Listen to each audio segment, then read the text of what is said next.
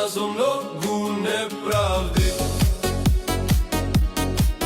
Не се грижи ти, тука се демократи. Македонијо, поназо многу изроди. Не се предавај ти, тука се демократи. Прашање вели, управата за приходи почна да ги повикува граѓаните да платат даноци на тоа што го заработиле во странство. И тоа за период од 2020 до 2025 година. Дали ова е очајнички потек за собирање на пари кои тие ги внеле и вложиле и потрошиле во Македонија? И тие пари досега 100 пати се свртеле и како ДДВ и други даноци и ја полнале државната каса, а граѓаните реално сега ги немаат парите. Види, еден пример ќе кажам со Соединетите Американски држави. Јас сум амерички државјанин. Све што заработувам тука морам да приемам во Америка и морам да плаќам даноци. Ако заработувам доволно, бидејќи Америка не плаќа секој даноци, поточно такси, тие ги. Тоа значи дека ако имате вие $20,000 годишно примање, не плаќате ништо. Треба, бидејќи таму даночувањето е на ставки.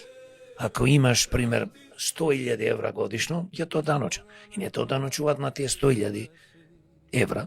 Значи почнуваат од 25,000 до 35,000 на тие 10,000 помеѓу 25 до 35,000, тоа дачунуваат 5% и 10%.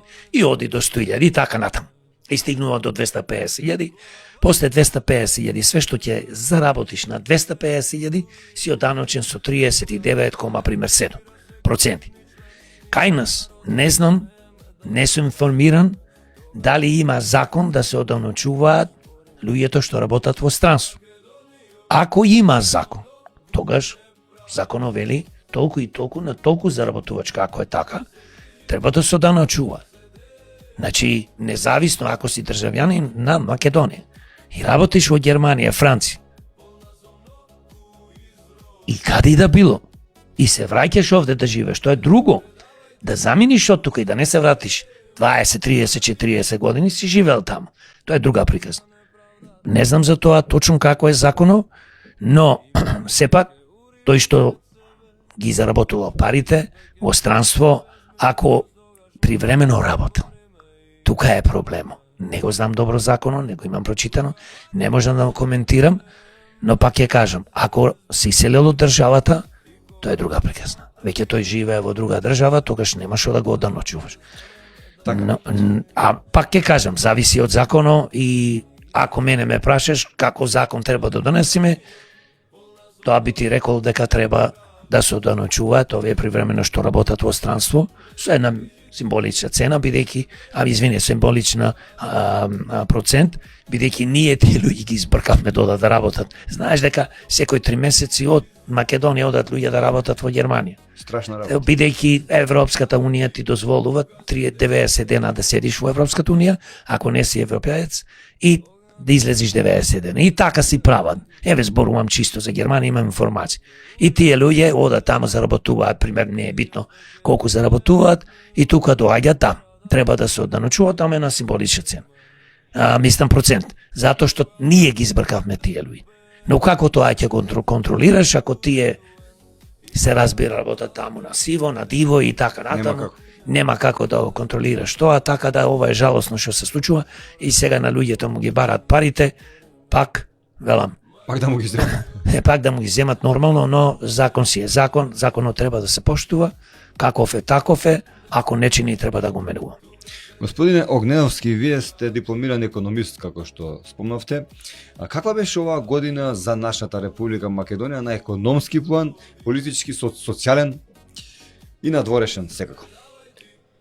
Каква беше годината, посакувам никојаш да не се повтори.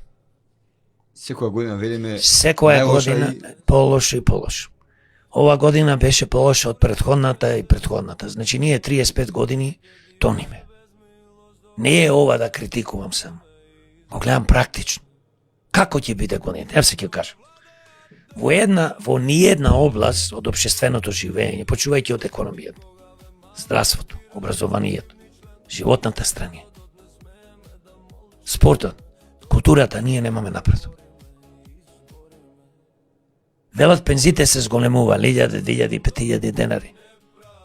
Велат дека платите намално се зголемува, не се зголемуваат. Просечна плата тоа е најголема измама, кога власта ја кажува. Не треба да кажува просечна плата. Треба точно да ни каже колку илјади граѓани во Македонија земаат минимална. Колку илјади граѓани земаат помеѓу 25 до 28, 30 илјади и така натаму и така натаму. Колку точно пензионери земаат до 20 минимална пензија, пример зборувам, колку земаат од 20 до 23, 25, колку земаат 50, колку 70. Точно да се знае. Просечна плата е најголема измама, бидејќи секој месец вика 300 денари, 200 денари се зголемил. На кој му се зголемил? На капиталистите што земаат, на олигарсите што земаат огромни плати, што имаат своји фирми. Пример, ева да јас имам фабрика, земам да речеме годишно 5 милиони, 10 милиони евра, профит, нет профит, газда сум сам, и сега јас моите 10 милиони, или, пример, ако земам милион месечно плата, тие се ретки луѓе, тогаш ги делам со илјадници од овие што земат 24-300. И велиме, колко е мини просечната плата? По просечната плата 46.000. Значи, тоа е нешто што не треба да се прави, но тоа се прави за да се покажи прогрес во економија. Ние немаме прогрес. Нека ни е стрекнова нова година. Но другата да ни биде уште пострекна, затоа што нас ако продолжиме вака, а пак ќе кажам, јас се борам како човек, како председател на демократи и како демократ за сиромасите. И да имаме средна класа.